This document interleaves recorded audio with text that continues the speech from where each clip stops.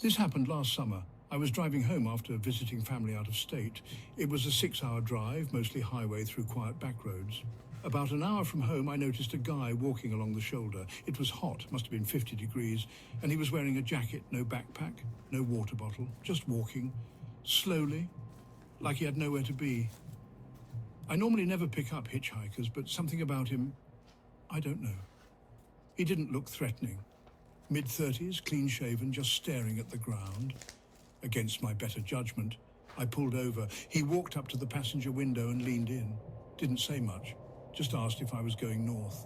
I nodded. He got in without hesitation. Still no bag, no phone, not even a wallet from what I could see. He didn't even ask my name, just said, "Thanks," and stared straight ahead. The first few minutes were silent. I tried to make small talk, asked where he was headed. He just said, "Anywhere but back there." No explanation, just flat tone. After that, I stopped asking questions, but the longer he sat there, the more wrong it felt. Something about his stillness, like he was forcing himself to stay calm. I adjusted my rearview mirror to change lanes, and I caught him watching me.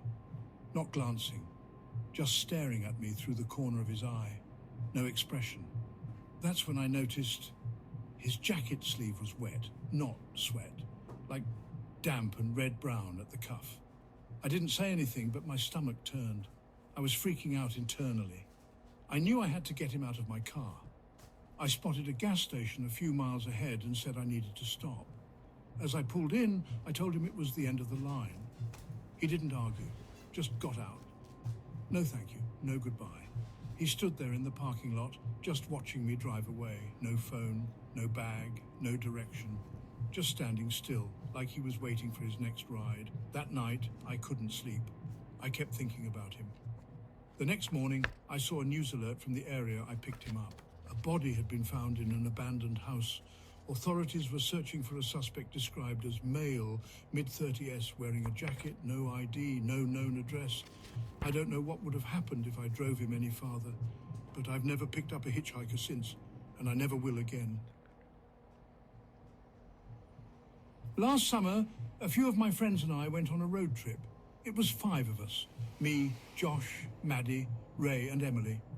We were headed to a music festival in a different state, and the whole vibe was carefree.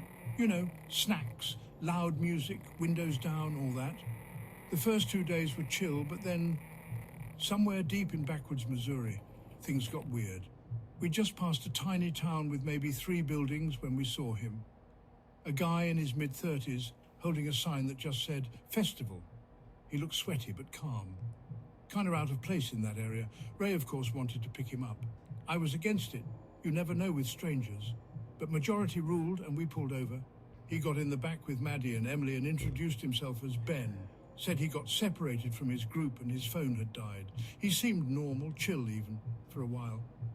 But after about 15 minutes, things started feeling off. Ben was asking a lot of questions, like, too many.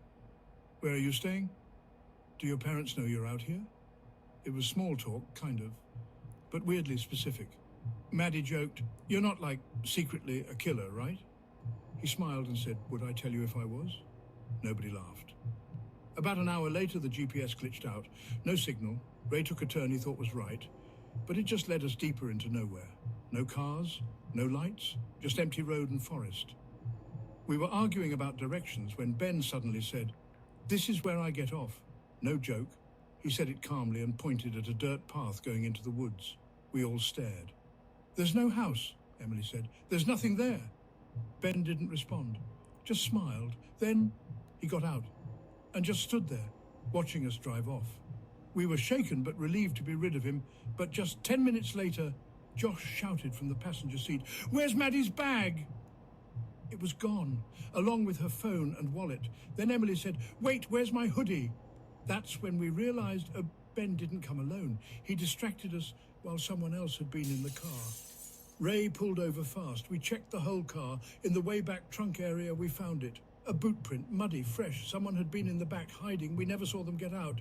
They were probably gone now, back in the woods. We reported it the next day, but the sheriff just said, "You're lucky it ended the way it did." We still talk about that trip. We still go on drives together.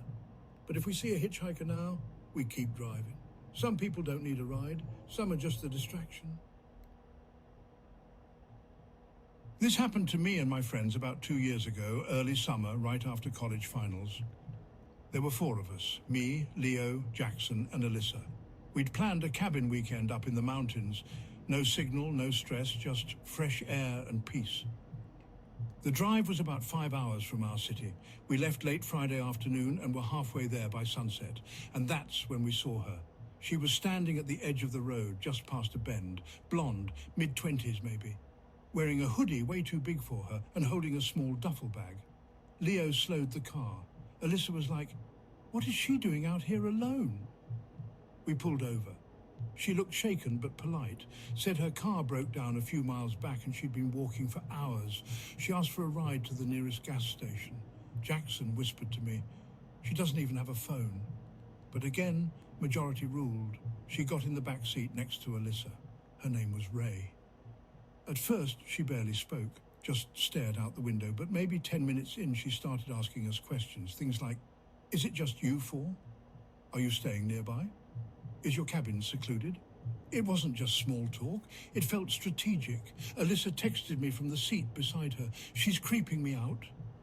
I looked in the rearview mirror. Ray was staring straight back at me. Didn't even flinch. We told her we'd drop her off at a gas station just before our cabin.